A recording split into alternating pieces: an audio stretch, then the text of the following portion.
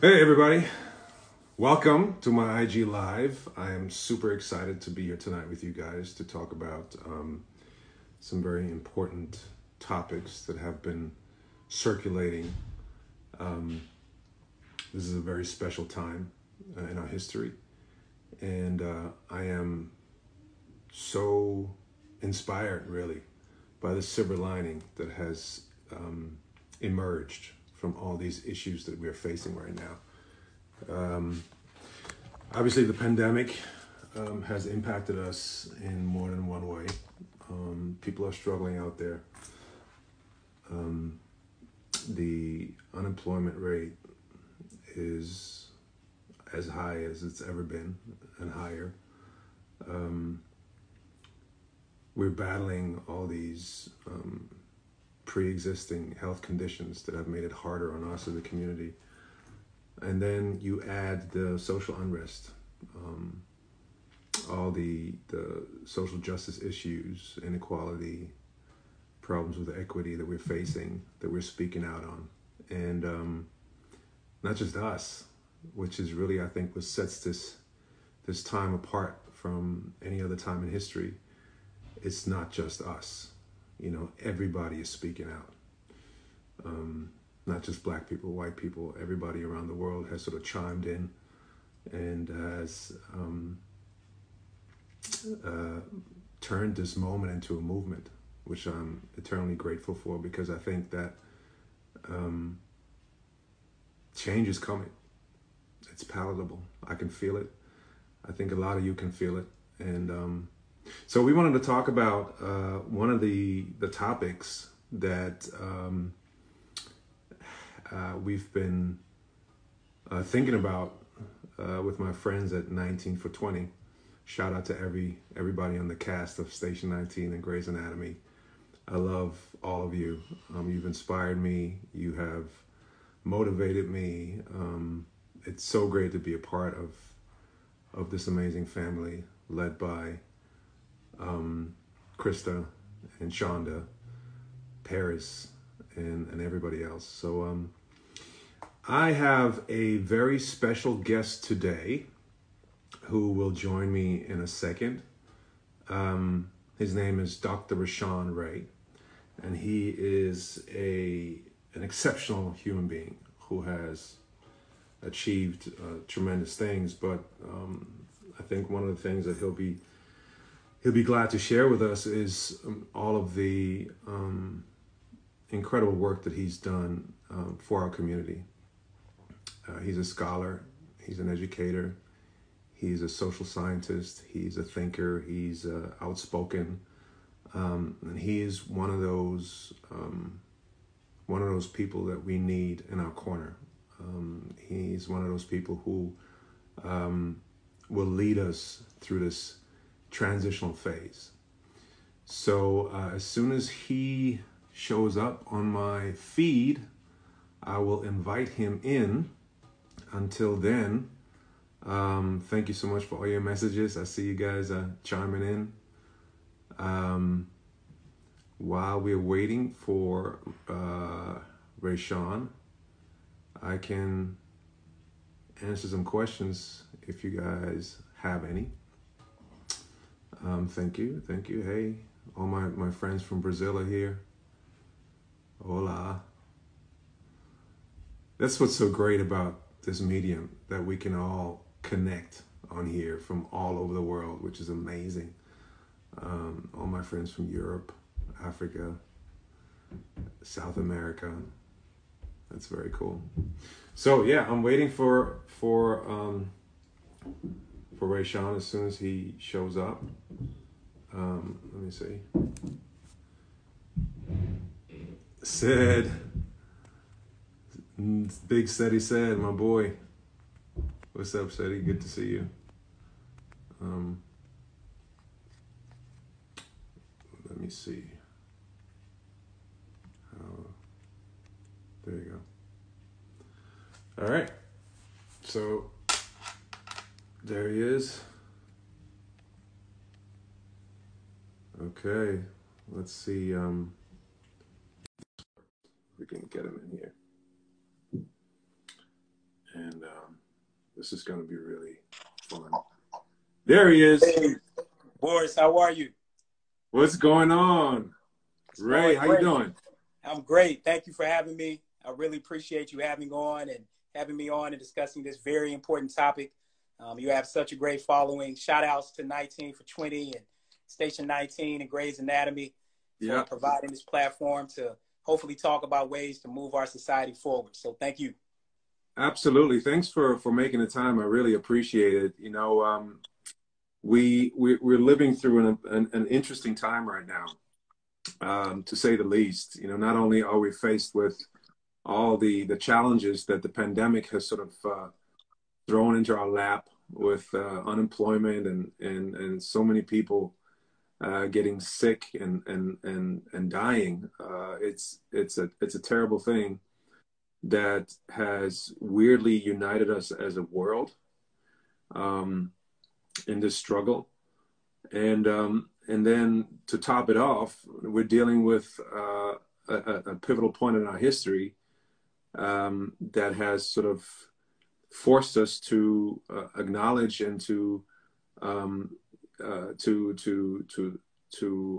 discuss some of the issues that are pertinent and important for us to make this change, as you just alluded to. But first, I wanted to tell people about you, because I don't want you to have to toot your own horn. But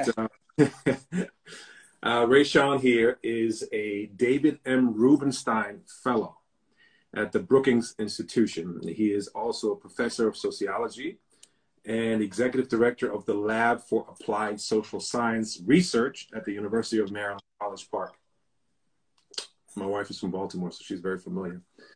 He is one of the co-editors. He is one of the co-editors of Context Magazine Sociology for Public.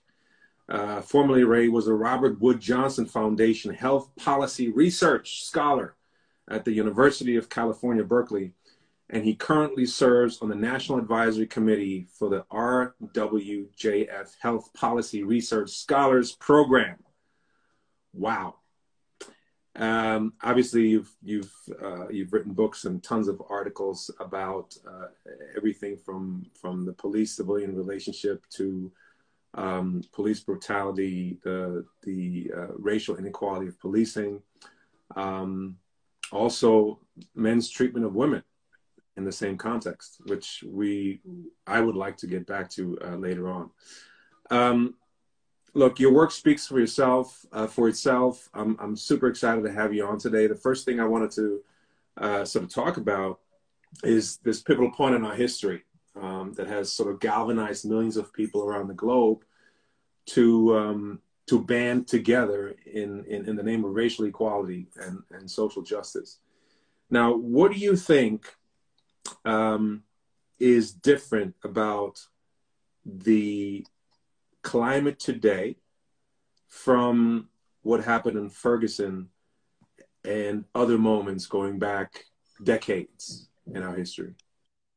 Yeah, I mean, I think what makes this moment different is that people seen on camera George Floyd be murdered. Mm-hmm. And I think there is something about seeing someone murdered that changes us mentally, emotionally, and even physiologically that people could no longer deny. And one thing that I've been saying is that George Floyd is the 21st century Emmett Till moment.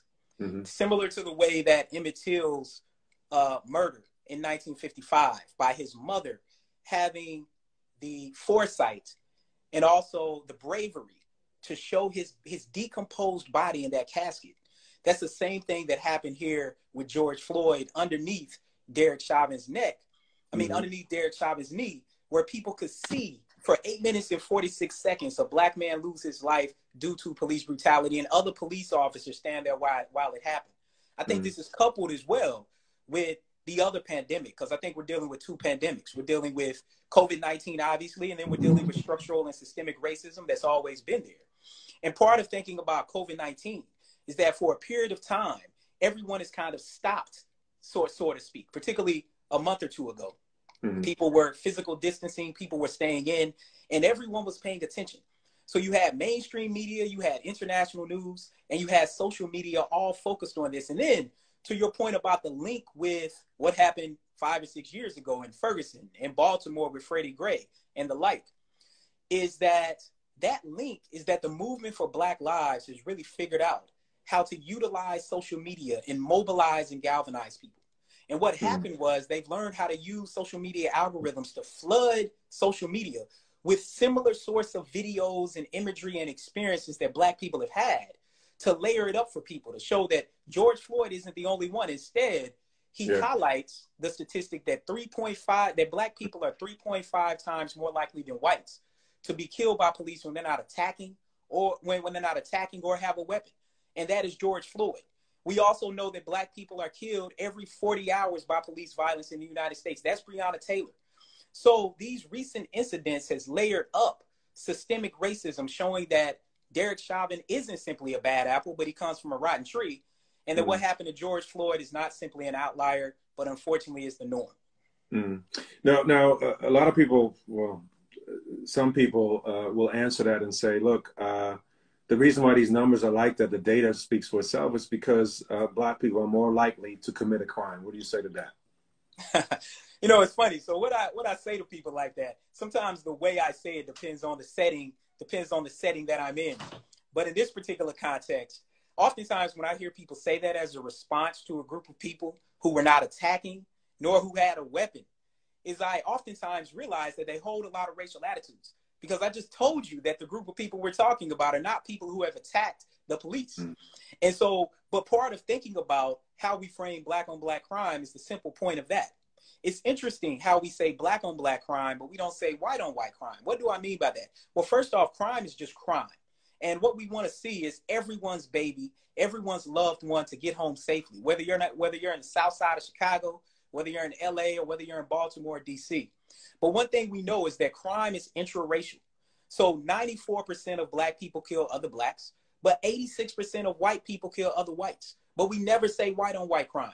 It's only talking about Black on Black crime. And if people were really serious about doing something with crime, research shows that we don't throw more police officers to the streets. Instead, we provide education equality and we provide a work infrastructure. Those two variables have consistently, for decades, shown that if you want to decrease crime, you help people get more years of schooling and you help people get a job, so that then they don't oftentimes have to be in positions or places that will rely on violence and crime to make ends meet.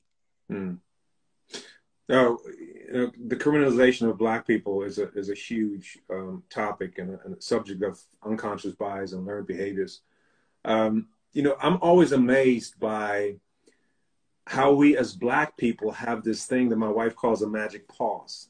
It's a magic pause every time that we suffer a microaggression by a white person, or we're being discriminated against, and we sort of write it off, or we consider their lack of understanding, or their limited perspective, or their ignorance, or before we defend ourselves or become angry. But then a lot of white people are absolutely incapable of extending to us the same courtesy. I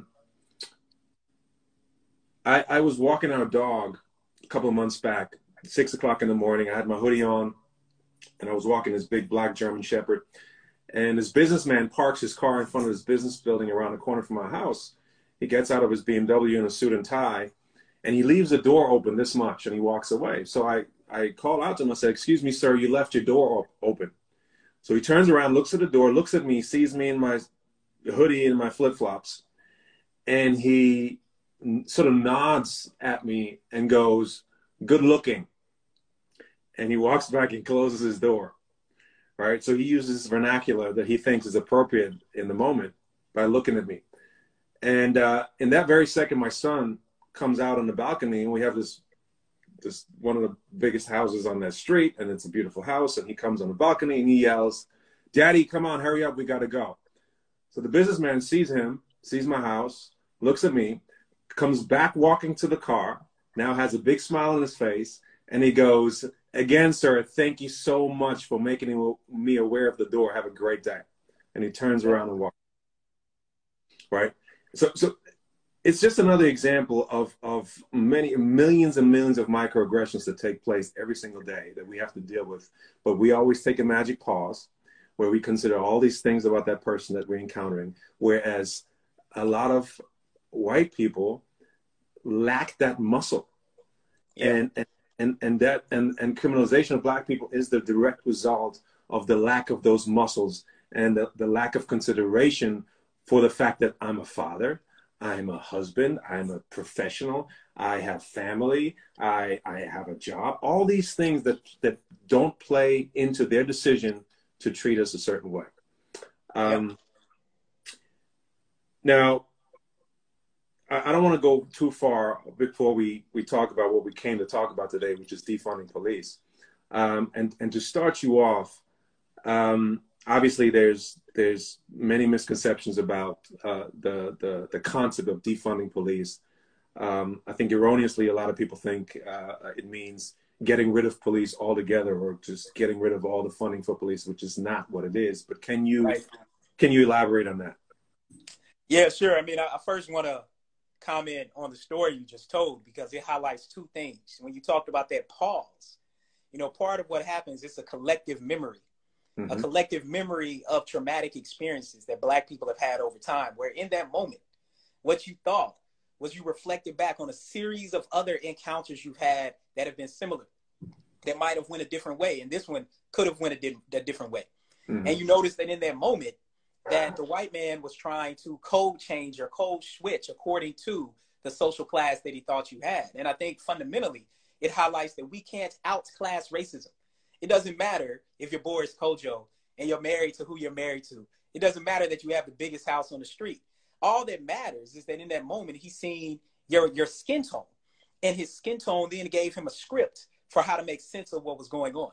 So when we talk about defund the police, these type of experiences layer them up because someone else could have seen that incident and then called the police, thinking that they looked outside, they seen a Black man standing outside of a vehicle where the car was open, where the door was open, and thought you were trying to take it instead of trying to help.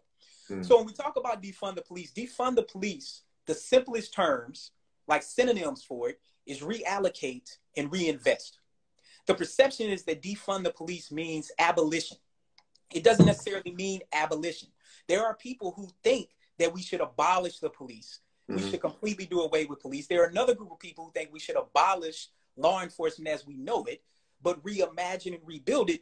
But then there are a lot of people who are on board with defund the police, meaning to reallocate funding. And there are a few reasons as to why we would want to do this. First is that the homicide clearance rate is really, really low. So one big pattern that people have to realize, as much as we see in the media about violent crime, and look, I study this stuff, and when I watch the news, I'm like, oh shoot, like should we let our kids go outside? I mean, the world just looks like a horrible place. Yeah. But violent crime has significantly reduced over the past 2 decades. It's basically at historic lows. It's never been lower, even with the slight increase we've experienced over the past year or so. With that being said, 40% of homicides go unsolved. About 66% of rapes, about 70% of robberies go unsolved. So the most violent crimes where we want to see people off the streets, police actually aren't doing a good job of that. We also know that about 9 out of 10 calls for service, meaning someone calls 911, what are police officers responding to? 9 out of 10 of those calls have nothing to do with violence at all.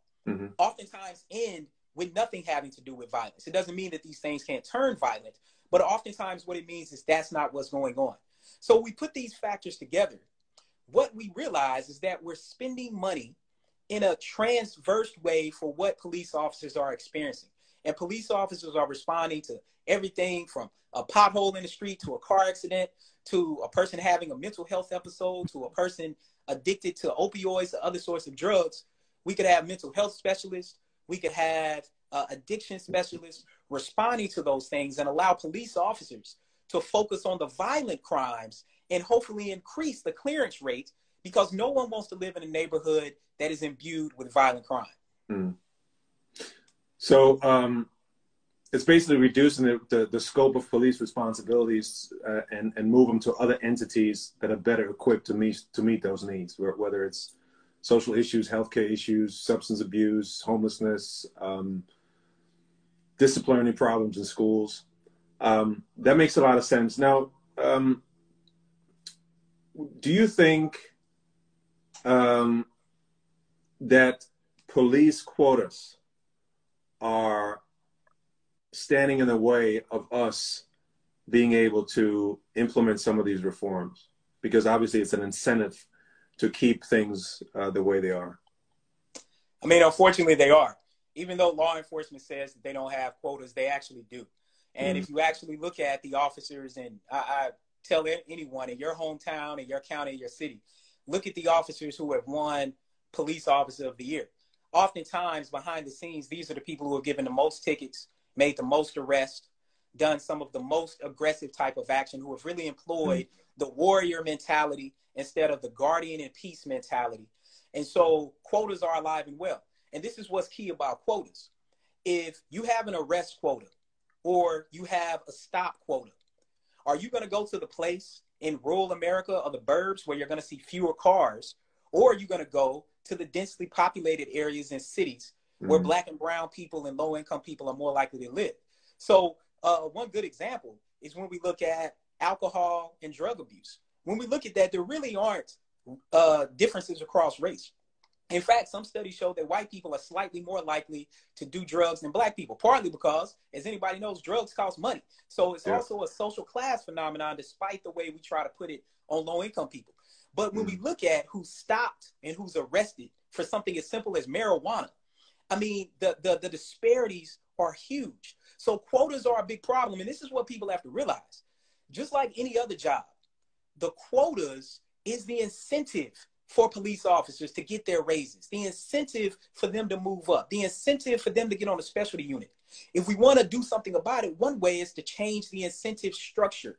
But the way that it's set up now, we have an incentive structure that leads to them stopping, profiling, and arresting people. And I think it's one big study, Boris, that really highlights this out of New York. It looked at stop and frisk, about 700,000 stops. And what the study found was overwhelmingly the stops were from of Blacks and Latinos. But this is the kicker. Only 8% of the people stopped were arrested. A majority of them were arrested for resisting arrest. I mean, makes sense if you're being stopped for something you don't think you should. And only 2% of the nearly 700,000 stops led to the discovery of contraband, someone who had a previous criminal record where they had a felony or a warrant for their arrest. And so what that leads to is that stop and frisk isn't really a metric to reduce crime. Instead, it's become a metric to try to control local communities that are predominantly Black. Well, that brings us to accountability. You so eloquently talk about qualified immunity. Can you expand on that? Yeah, so qualified immunity is a term that people have probably been hearing but don't really know what it means. Qualified immunity, the legislation reads that it gives law enforcement the ability to be absolved from a civil settlement or a civil complaint. In other words, they can't be sued financially. So as it stands right now, Derek Chauvin, who had his knee on George Floyd's neck, he cannot be sued financially in civil court. Now, he can be pursued criminally, which is what we're seeing, but that's extremely rare. And I'll come back to that in a little bit. But what's important to note with qualified immunity is that even though the legislation applies to civil court and finances, the way that judges, prosecutors, and juries interpret qualified immunity oftentimes extends it to criminal court. And that makes it even more egregious. In other words, there are a lot of people who think that police officers should not face any sort of criminal liability in any way. A really good example, of course, because George Floyd is an egregious example, really transparent. But let's take Breonna Taylor. Now, one of those officers they found out did most of the shooting. They fired that officer. But there were other officers involved, and people are asking for the people who were involved in that to be fired and held accountable. The problem is that there are a lot of people who don't think that they should actually be criminally prosecuted because of qualified immunity. Now, there are things we can do about it. Now, one big thing I've been arguing for with qualified immunity to deal with it is because, let me say this, this is a really key point for people to know. So I just said that police officers can't face civil liability, but that doesn't mean that people don't get large civil payouts. We can look at Freddie Gray, about $6 million. Tamir Rice, $6 million. Laquan McDonald, $6 million. Do you know who paid that? Taxpayers paid that money.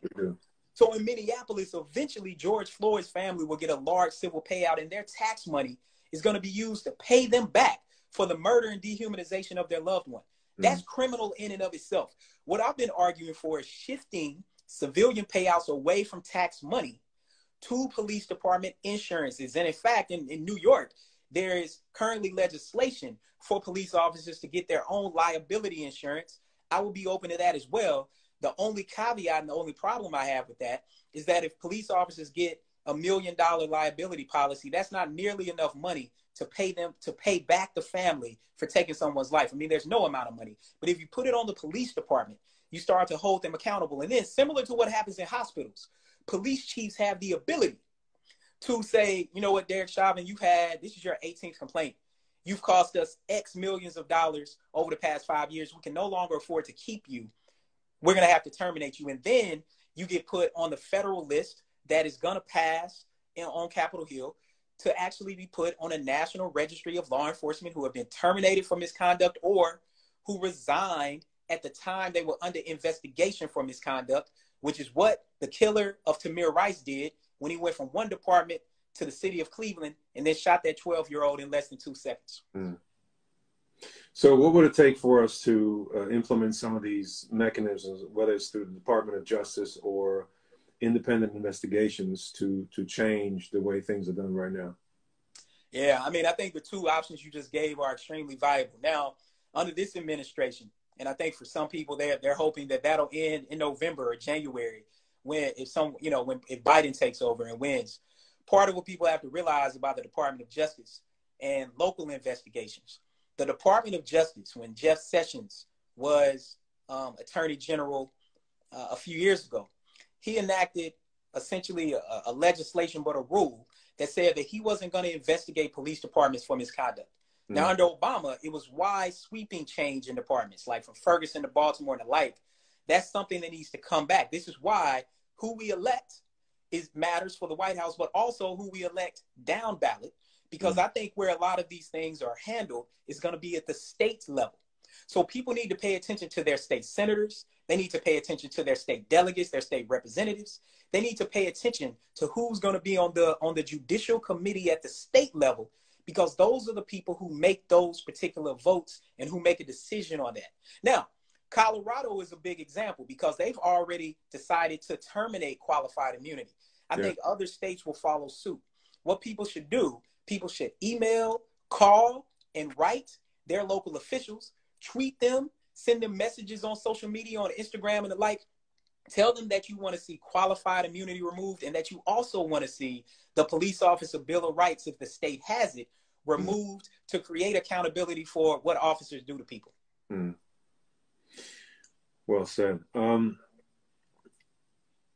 So we're asking for more accountability. We're asking for transparency. We're asking for cops, for police officers to speak up and out what we call bad apples. I know you have a very specific perception and a very specific perspective on bad apples. You want to share that with us? Yeah, I mean, when I think about bad apples, I think it does an injustice to how policing as an entire system operates. And what I say is that if you have a bad apple, if a bad apple comes from a tree, it has to come from somewhere. And that bad apple oftentimes comes from a rotten tree. And that tree in the United States of America is rooted in systemic racism, particularly when it comes to law enforcement, that has roots back to slavery. Law enforcement, particularly in the South, but also in other parts of the country, the Midwest, once we had the Wild Wild West, and even up on the East Coast, originated from slave patrols. If anyone has seen the movie Harriet, it's probably one of the best examples that highlights this. These are trackers, people who will go track slaves as they were fleeing. So, the perception that people have of the enslaved is that they were just kind of passive. No, that wasn't the case at all. People were fighting back. People were fleeing. People were doing a lot of things to try to prevent themselves from being enslaved. And there would be slave patrols who would track them. Then we know the next period is after the Civil War ended. We know that The Birth of a Nation was played in the White House with Woodrow Wilson. And at that time, the KKK had been established and started to developing throughout the South, Indiana, Tennessee, states that I've lived in for a large part of my life. And the KKK viewed law enforcement as an occupation that they should firmly get into. That's why when people look at images from the past, what they see is police officers standing side by side with the KKK, because in many regards, they were one and the same. Let's fast forward to the third period. The third period came during the Civil Rights Movement, toward kind of the beginning part of that, 1952. What happened in 1952 is that the Emerald Society was founded in Boston. This was a group of Irish firefighters and police officers who were founded. And they would say, yeah, we were just being founded for Irish heritage. No, they were actually being founded to oppose civil rights. And that's another thing people have to recognize. The civil rights movement, this debate right now about Confederate statues. Confederate statues didn't come up during the Civil War right after that. Confederate statues came up at the time that Brown versus Board of Education was being passed, at the time the civil rights legislation was being passed. From the 1940s through the 1970s was when we got the Confederate statues. So it's interesting how we hold up statues of the Confederacy and we act like they won. I mean, the Confederacy actually lost. But then let's bring it to current times with law enforcement. General John Allen, who's a 4-star Marine general, who's the president of the Brookings Institution, one of the places where I happen to work, he put out a report with the Department of Homeland Security showing that white supremacist and white nationalist organizations were once again infiltrating law enforcement. That's the reason why we've seen so many examples over the past few years of law enforcement officers being with the KKK. And that's part of the roots. And the only way you deal with the roots, for some people, they say, look, I mean, if you do that, you got to chop the roots off. You got to pull up the roots and actually kill it with weed grower. That is one perspective. Another perspective is that there can be accountability. There can be defunding or reallocating of funds, like we've seen across the country from LA to Prince George's County, to lead to more accountability for police officers. I guess, our responsibility in educating ourselves on a local level when it comes to elections is part of that. It's very important. And that's why you would keep reminding people, voting on your local governments is the key to making some of these changes. That's where it starts. Now, Ray, you've talked about, racial and social inequality with focus on the police-civilian relationship. But you also talk about, which I find very, very interesting, about men's treatment of women. What do you think are some of the issues that we're facing right now, and how is that relationship relevant and more than relevant, so important for us to move ahead? Yeah, I mean, this is similar with policing. This is a topic that I think is extremely important. I mean, I've been doing research on it for nearly 20 years at this point. And similar to my research on policing and how I highlight a lack of accountability, that's part of what happens with the relationships between men and women, is that men are oftentimes in positions where they can do things to women and not be held accountable for it. We see that in the workplace. We see it in households. We see it in schools. And that's why the Me Too movement has been so important to highlight it. I mean, just think about it. I mean, if we have world-class gymnasts who have went on to win multiple gold medals, who are being abused right underneath the nose of people. Yeah. Those are the sort of things that happen. And so there are two big factors that I've shown in my research. I did a lot of research with fraternity men because I felt like that was an ideal group by which to see the ways in which they can control spaces. And that's what I found, is that when men control spaces, when they're the decision makers, and when they can control the gender ratios, which I think particularly becomes important when going to college, but also in corporate America, even in your space, is that when you see the skewed gender ratios, who's sitting around the table, who's making decisions, is one thing we know from Shirley Chisholm, is that if you're not sitting at the table, you're on the menu and someone's eating you for lunch. And similar to the way we talk about policing with Black people, when it comes to a lot of issues, women have been on the menu for too long and are oftentimes being abused. And oftentimes the laws we have put value on people. So the laws when it comes to sexual harassment and sexual assault and rape, I mean, they're not strong at all. I mean, you had a Stanford athlete, as you know, who raped a woman behind a dumpster. And I mean, the penalty he got for that was like a slap on the wrist. I mean, it speaks to the devaluing of women. And similar to how we have to have white people deal with racism and speak up about racism with their friends and family and people who they love, men, we have to be the ones to speak up and speak out against the vilification of women. So that means when someone makes a comment, when someone does something that's discriminatory or harassment, we actually have to call that out. And we have to be willing to hold people accountable. And I think that if we hold the people accountable, who we love and who love us, that we would have covered the world with these particular issues.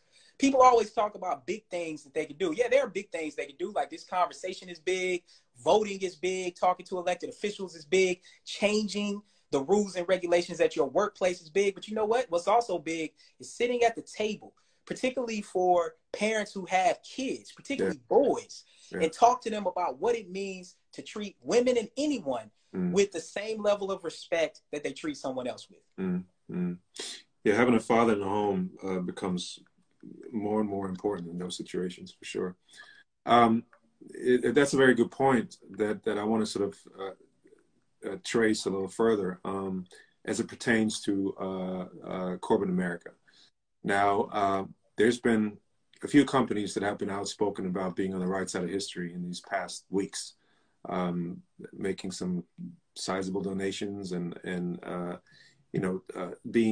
being supportive of the Black Lives Matter movement, as well as other organizations. Now, what do you think is important for some of these members of the C-suites, some of these CEOs and leaders of these corporations to implement in order to create sustainable impact in the Black community over the next 10, 20, 30, 40, 50 plus years? Yeah, I mean, I think it's a few things they could do. You know, when I think about this, I applaud these companies for trying to ameliorate racial inequality. But when I think about it more broadly, in this moment, what Black people ask is that for the police to stop killing us. And that still hadn't happened. So the first thing they need to do is double down with the elected officials that they sit at tables with when they're trying to get the best tax deal for their new place where they're going to put their company. And instead talk about ending police brutality. But as it relates to what they can do now, there are a few very specific things. First thing is they can diversify their upper management. As you know, I sit with CEOs all the time and talk to them about these issues. And when I look around the room, oftentimes I'm the only Black person in the room. And I'm like, that's your first problem. And, you know, there are a whole bunch of Black people and brown people who are talented, who are amazing people who never get a shot. And so part of it is helping them to think through, how do you expand the call and recruitment for people who should be doing this work? And then the second thing, if you're going to ask your few Black employees to do emotional labor work for anti-racism, you need to compensate them for doing that work. They're not doing this for free. That's the second thing. Third thing is most large companies have subcontractors. What you need to do is you need to firmly commit to investing in contracting with Black small businesses and Latino small businesses. That's really important. Why? Because we had a moment right here with COVID-19. Because one thing, of course, it's not in a vacuum. Black people are 3.5 times, or about 3 times more likely than whites to die from COVID-19. Black people are 6 times more likely to be turned away for COVID testing. More importantly, in this moment, 40%, it's estimated, a study out of Stanford, that 40% of Black small businesses have closed during COVID-19 because 90% of Black small businesses did not get payment protection program funding from the Small Business Administration. So investing in small Black-owned businesses to do contracting matters a lot.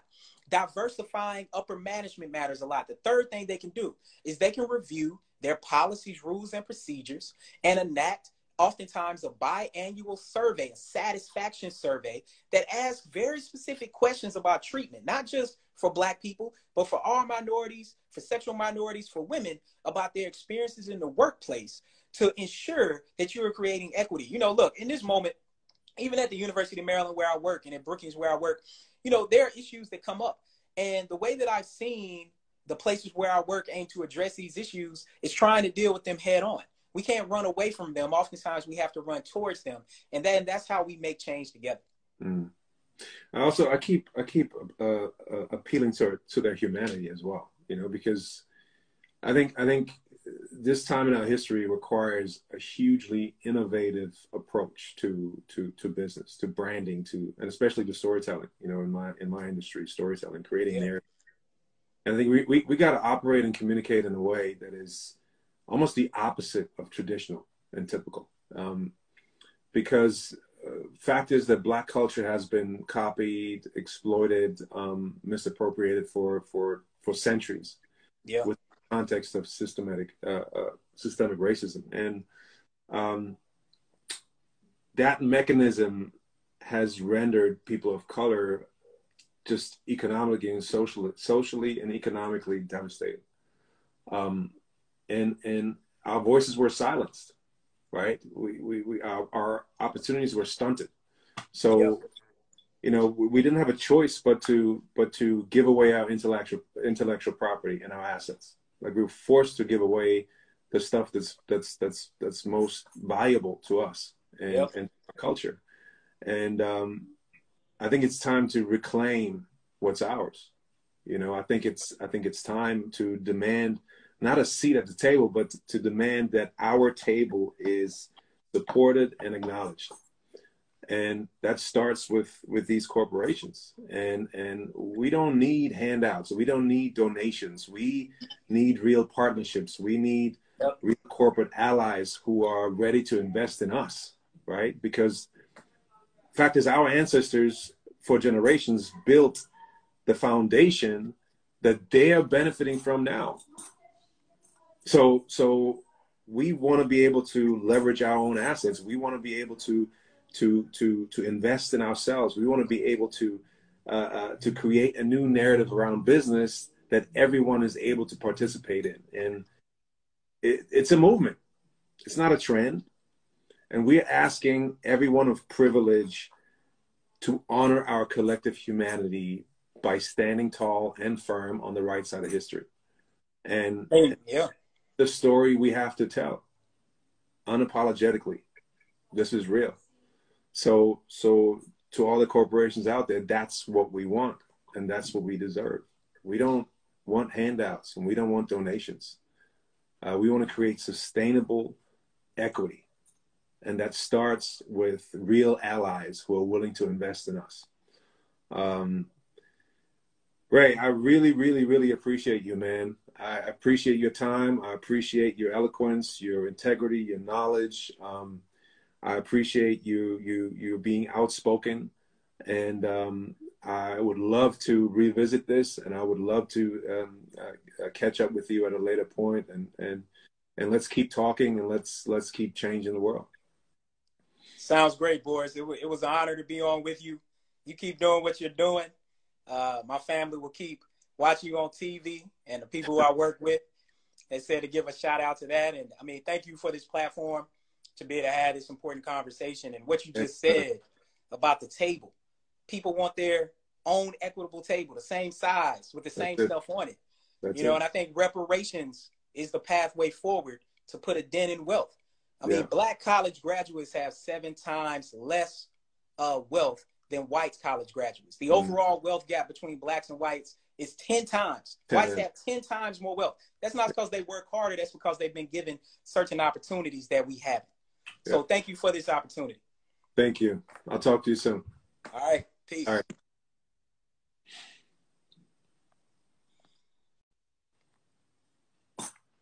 Wow, that was amazing. Thanks again to Rayshawn Ray, my guy who blessed us today with his perspective on social justice and more specifically the concept of defunding police. I hope that he has answered some of your questions and shed some light on this very important issue and made it very clear that it's really about the reallocation of police funds to other local government agencies that are probably better equipped to handle some of these nonviolent cases that are out there and help our community and help collectively help the relationship between our community and police to de-escalate and to also decriminalize.